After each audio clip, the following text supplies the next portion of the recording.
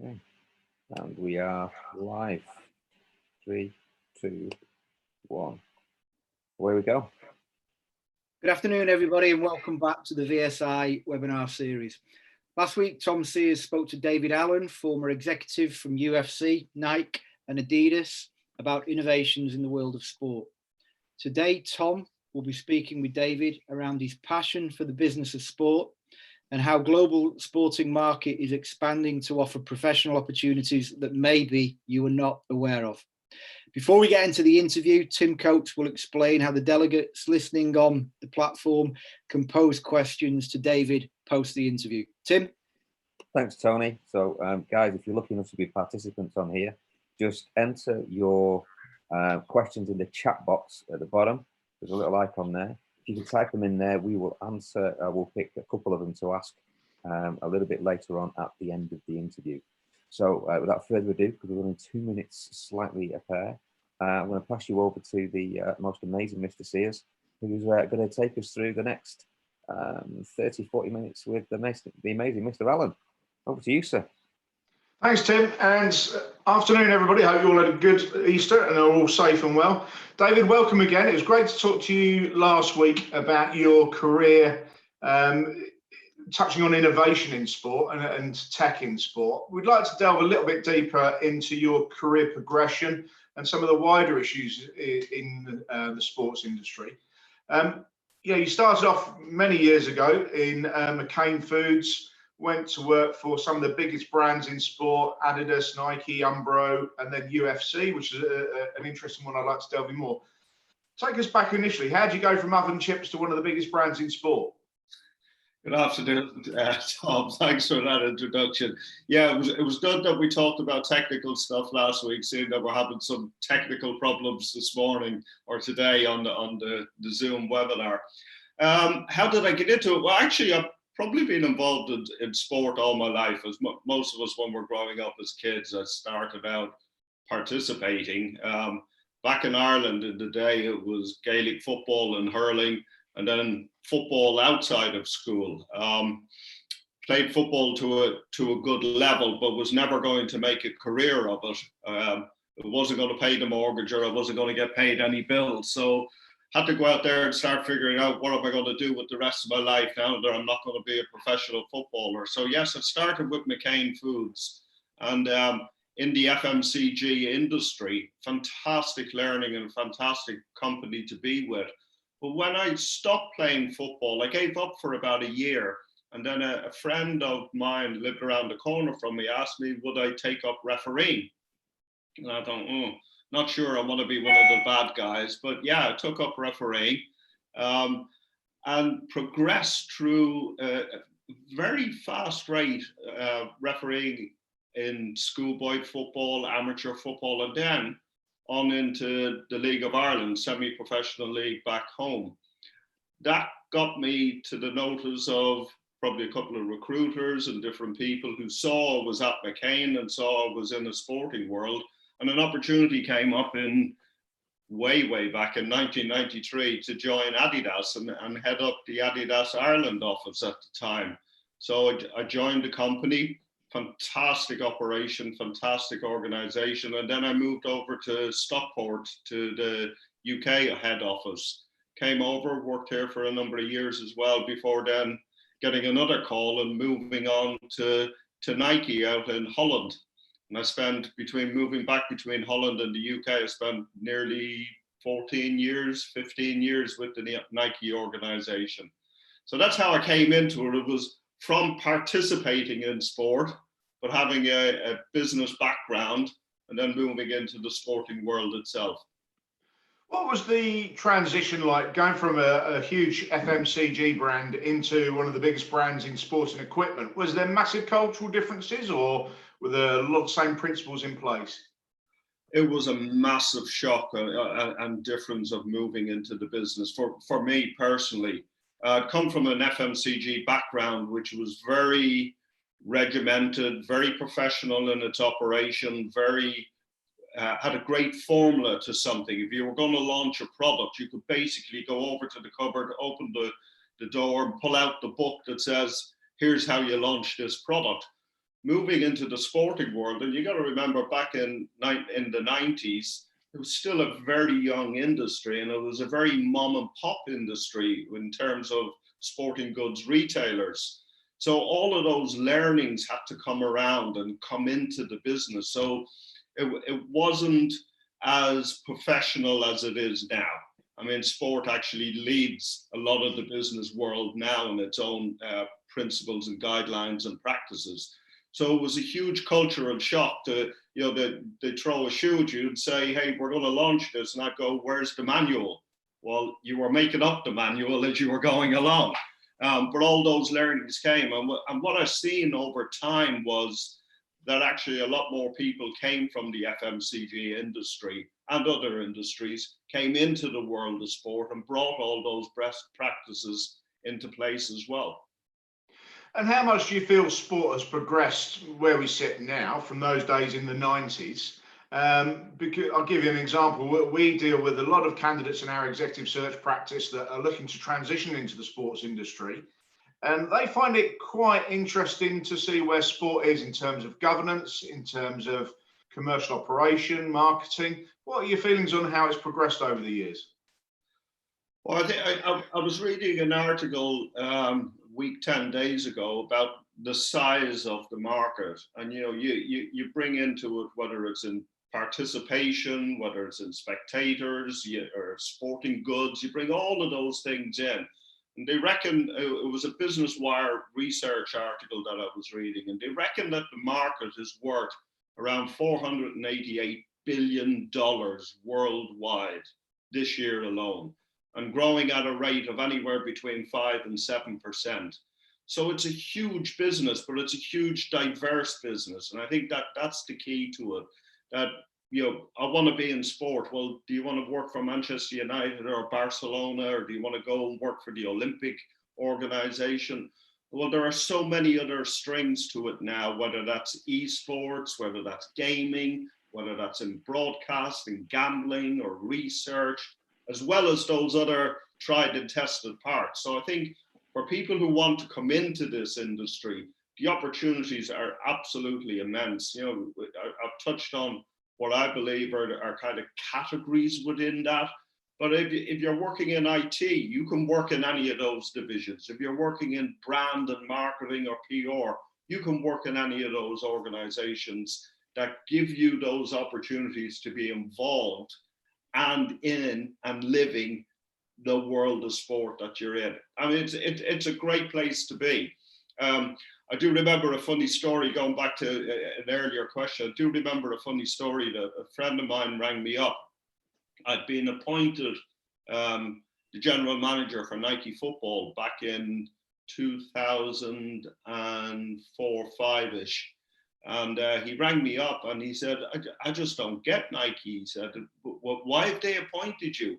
And I went, well, thanks very much. Brilliant. Yeah, thanks for the praise. And he said, no, but think about it. He says, every time you get up in the morning, what do? You read about football. And then you go into the office and you talk about football. And then you go and you play football. And then you're watching football and you're going to football. And now they're going to pay you to do all that. So, if you have a love for a sport, or you have a love just for the world of sport and competition, it's a great place to have a career. And tell us about some of the disciplines that you touched on there, David, how you've encountered those through your career in sports brands like Adidas, Nike, Umbro, and then in the UFC. How do you interact? For example, you've come from a comms and marketing background primarily. How does that interact with commercial and then in finance, legal, all the other disciplines? How does it all knit together for you?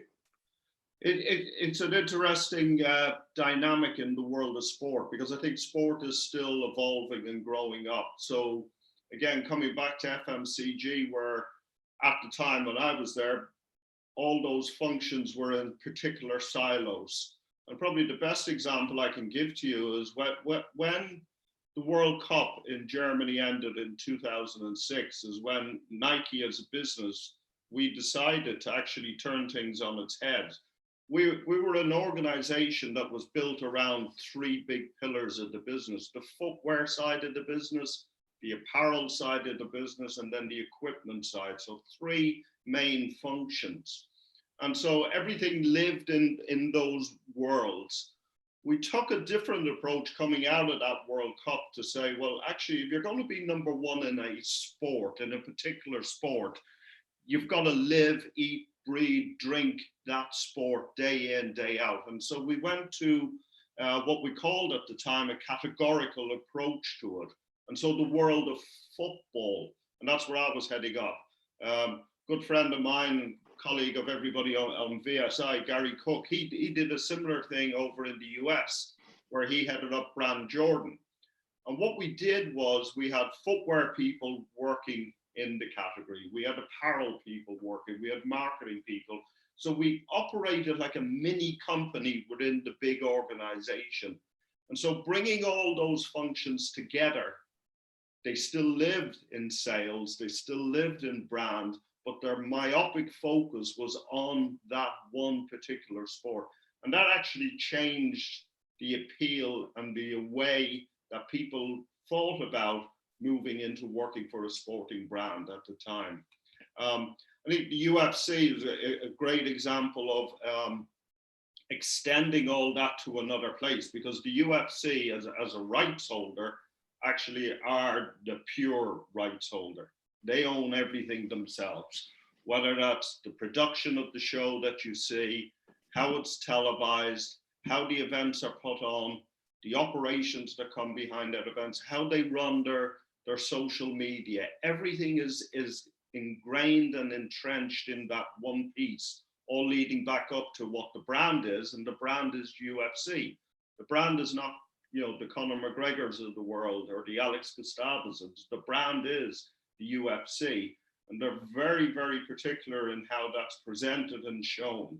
And to make sure that it all works in one way, they operate in that category. Speaking about UFC, because that's a really interesting example of what was a very niche product and sport, if you like. The growth has been enormous over the last 10, 15 years. What are the secrets of their success? How come they've become such an enormous global brand now with mass appeal? I think there's a couple of things to it. Is that, yes, it was niche, or another way of phrasing it maybe it was everybody's dirty little secret. We all loved it, but we didn't tell anybody about it that we loved it until we built great superstars. And superstars like the John Jones of the world, or the Conor McGregors of the world, so building their brands. But I think that Lorenzo Fertitta, who founded and owned the company, he used a quote. He said that it was and still is the oldest profession in the world. He says, so you go back to Stone Age man. He said, one guy hits another guy and everybody turns around and watches. That's the basis and the premise of what it's about. And then it was about, okay, how do we build that into a brand, and how do we make that appealing to everybody?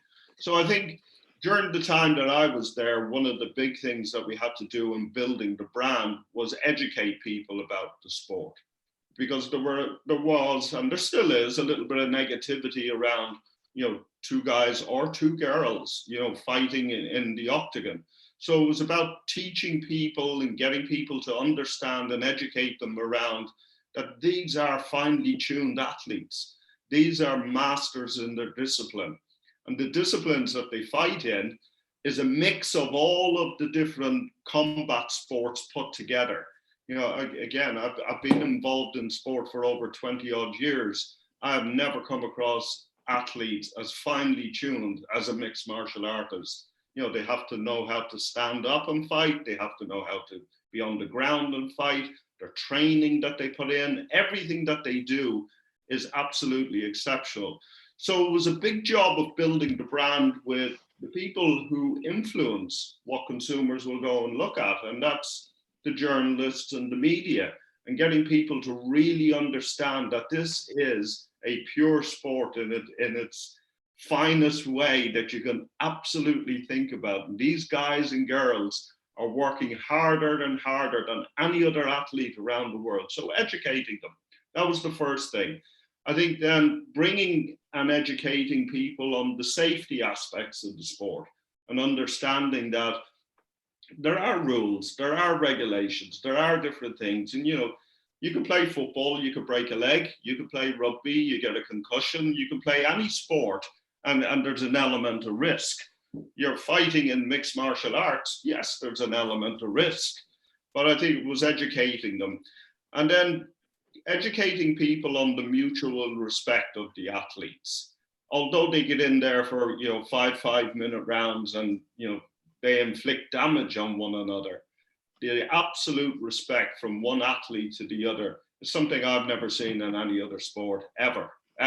It's amazing. So it's taking all those elements of the product, putting it together with what the UFC stood for, and taking that brand and educating people, bringing it to different markets, bringing it, and getting brand ambassadors behind you.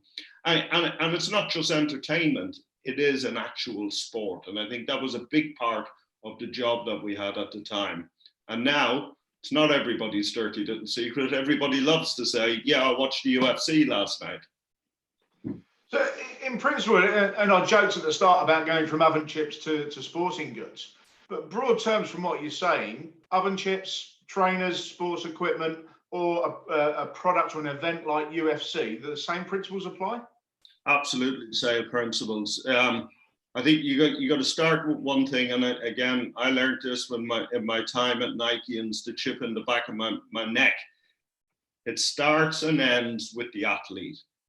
That's who you develop a product for, and that product could be a shoe. That product could be the octagon. That product could be a piece of apparel. It starts and ends with the athlete. And then alongside that is, who's your consumer? Who are you talking to? Who do you want to bring the message to? And how do you want to deliver that message? So it's all about the branding of your product, your event, your consumer, the athlete. It's bringing all of those things together. So I wouldn't recommend that you eat too many McCain chips if you want to try and be a fighter in the UFC. So that I'm not sure they come along together, but the business principles behind it are absolutely there. Yes. You must say, sorry, Tom, you must have seen that in building businesses when you were at cricket as an example. Yeah, obviously cricket, looking at county cricket, that's had to go through a real transition from my time in the sort of late 90s, early 2000s, when it was very traditional membership driven. I went through the initiation of 2020, which was the first major piece of market research ever done in the sport. And look what that led to with the initial success at county level, and now looking at IPL and international level. And that was based on solid market research, which was a real anathema to sport in those days. But now most major sports are looking at how they can package their product to make it relevant to mass audiences, particularly as now we're ever more probably cash rich, time poor, perhaps a poor analogy at the moment, but that's been the trend over recent years. And the availability of so many platforms to get your product out to market. What are your thoughts on that? Well, I think it's about figuring out what your market is. I mean, I talked about that $488 billion business, but you bring it down and down and down. 50% of that global market is based in the US. So do you want to focus yourself on the US? You come to the UK and there's over 600,000 people employed in the sport of business in the UK. So again, you're bringing it down and down and down to focus on who is that consumer, who do I really want to talk to, who's the core of that target market that I'm operating within. And then other people will hear the noise and other people will hear the message as you're going along, but it's been myopic in your focus, myopic in what you want to do. But I also think, whether it was my Nike days or my UFC days, and the Nike slogan of just do it and taking risks, I think applies across all sports, because if everybody's copying the same thing and not taking some risks along the way, and I know that's difficult in today's world where we're all sitting at home to try and think, well, what's risks, but business risks, sporting risks, doing things differently that will bring those consumers and those viewers along with you. How did you apply your skills and experience from your early career into a sports career? How did you manage that transition? I think the first big thing for me was around team management, and that actually came, a lot of my learning and education came from being on the field of play, because I'm the one guy standing there as a referee in black, and all other of the 22 people on the pitch had a point of view on what my decision was. So it was understanding how to manage those guys at the time, how to manage those guys in a highly volatile atmosphere, in a very competitive atmosphere, in a not a win at all costs, but a winning mentality all of those players have. So understanding how you can manage and team manage those people. And I was able to take some of that from the field of play into the world of sport. Because I think, you know, people working in the world of sport have that winning attitude as well, you know, have that competitive set that the athlete has in that world of sport. I think the great thing about, and one of the things that I've learned over time also, is that as in any sport or any competition, you actually don't know the end result till the final whistle goes or the person passes the finishing line and breaks the tape. Nobody knows what the end result is. So it's actually all right if you don't win and you make mistakes, as long as you learn from them. And I think they were the two big things for me, that the team management, give stuff a go. If you don't get it right, have a look back, figure out what it was you did right or wrong, and then move on to the next thing. I think they'd be two big principles from me. I often tell people, David, that the hardest job to get in the sports industry is the first one. Did you find that the case? And once you're in, how did you manage your career progression? You'll read about it everywhere. You'll hear it all over LinkedIn. You'll hear it through, you know, VSI programs, networking.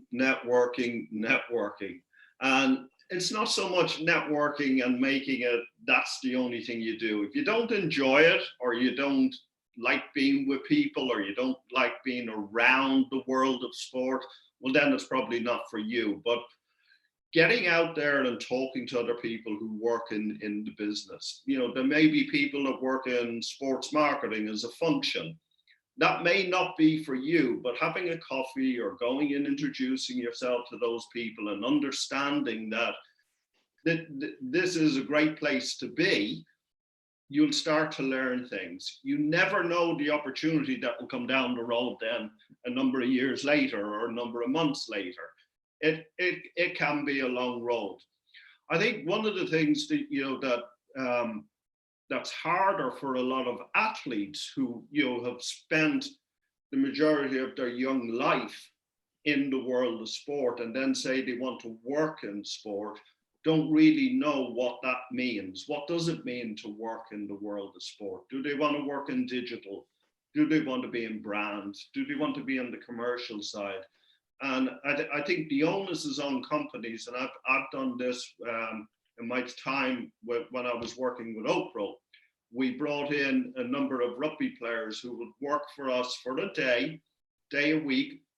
They do it over a 6-month period, and we'd spread them around all the different functions within the operation. We did it last year with 2 of the GB hockey players, one of the men's, one of the women's as well. And it just opened those guys' eyes to, I don't want to go there, but I could go over here. So I think finding your own way of getting into the world of sport, and you and I, Tom, have lived in the world of sport for so long. We just love talking about sport. We love talking about, you know, what happened last night on TV. Didn't happen last night, but you know what I mean. What happened on the TV, about the game, the upcoming game. People love, within the world and the business of sport, talking about sport. So it's not really that hard to network. Final question, David. Obviously, you've had a diverse and varied career. Two elements to the question: best experience you can recall, and the one decision that you really regret. Oh my God. The best was toying with that. We hadn't prepared this one, Tom. The best one was Manchester United versus Barcelona, neither of them my team, in Rome in the Champions League final. And it was at a time when I was working with a colleague of mine, Paddy Muldoon. Paddy headed up the sportswear category within Nike, and I headed up football. And we had, it's a small thing, but it's a big thing in my world. We had the two teams walk out onto the pitch. They were wearing the best jerseys, the best boots that we could provide from a performance point of view. But the teams walked out wearing an N98, which is a jacket, which was a sportswear jacket, and they were wearing and standing in a line. It seems a small thing, but to get the world of sport to understand that we were trying to do that crossover at that point in time of taking something from the pitch to the street and taking the street back to the pitch was just something that blew people's mind. I put a tick to Paddy on my CV, if you like, for that one. So that's probably one of the highlights of my career. Lowlights, a disappointment rather than a low light. How about I go that way? There was an athlete that was a Nike sponsored athlete at the time, and he was doing some great things in the world of cancer and cancer research. And he came up with this little wristband, a yellow wristband, and it was Live Strong.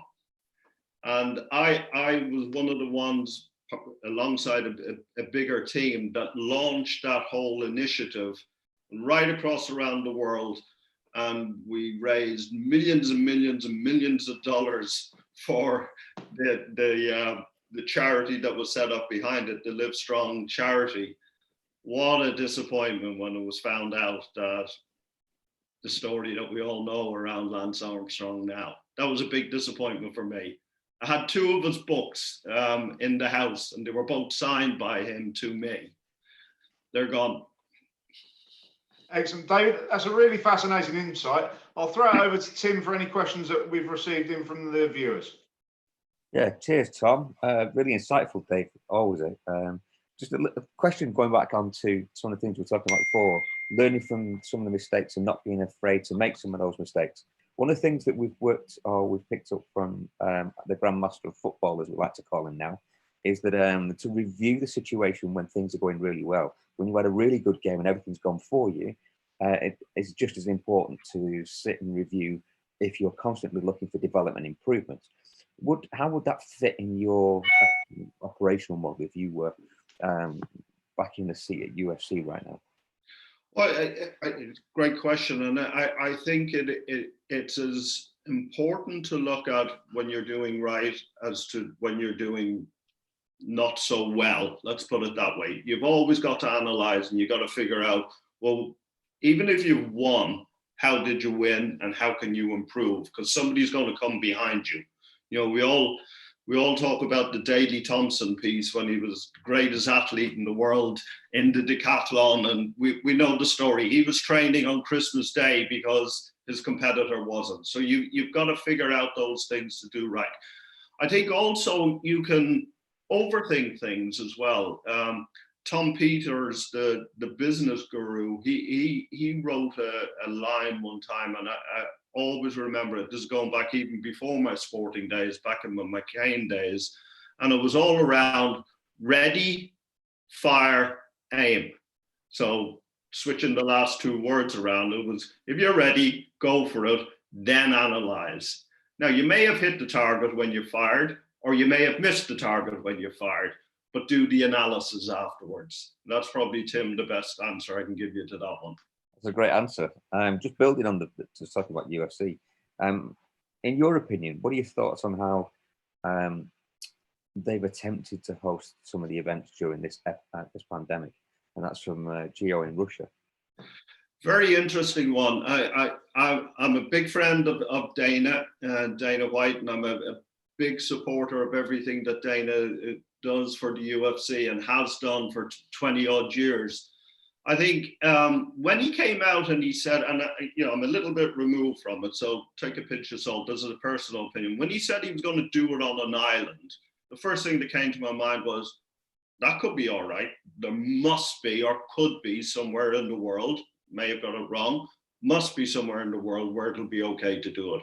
Second thoughts were then about the safety of the employees and his team members, and how was he going to do all that. And he came out with a whole big plan around how he could get it done.